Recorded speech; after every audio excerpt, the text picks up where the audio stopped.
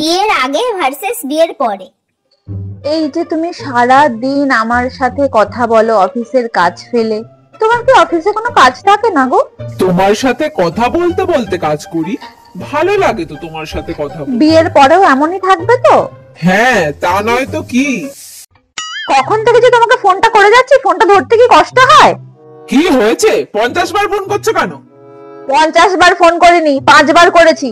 আমার অফিসে অনেক কাজ থাকে, অত বারে বারে ফোন করলে আমি ফোন ধরতে পারবো না। তুমি বিয়ের পরেও আমার সাথে গল্প করবে তো, আমাকে টাইম দেবে তো? কি যে বলো, অফিস থেকে ফিরে তো সবটাই তোমার টাইম, তখন তুমি আমার আর আমি তোমার। কি গো, অফিস থেকে এসেই ফোনটা নিয়ে বসে পড়লে? একটু তো আমার সাথে উদণ্ড কথা বলতে পারো গো। কি বলার আছে তোমার বলো, আমি শুনছি। এরকম ভাবে কি কথা বলা যায়? থাক, কথা বলতে হবে না, থাকো তুমি তোমার ফোন নিয়ে। কালকে কি দিন বলো তো? কি দিন? আরে কালকে তো তোমার জন্মদিন, তোমাকে কালকে দারুণ একটা উপহার দেব, তুমিই তো আমার সব। তোমার মনে আছে? ওরে বাবা, আমি আমাকে ভুলতে পারি, কিন্তু তোমার জন্মদিন নয়।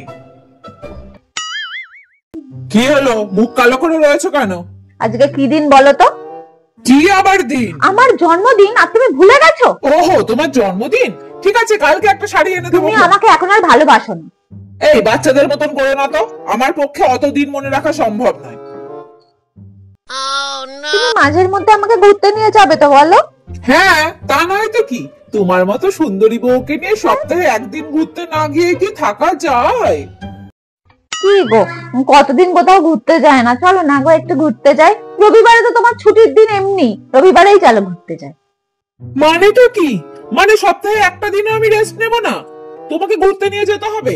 অত ঘোরা কোত্থেকে আসে গো? আমার এখন ভাল লাগছে না, আমি পরে যাবো। তোমাকে কোথাও যেতে হবে না, ঠিক আছে, আমি চলে যাচ্ছি।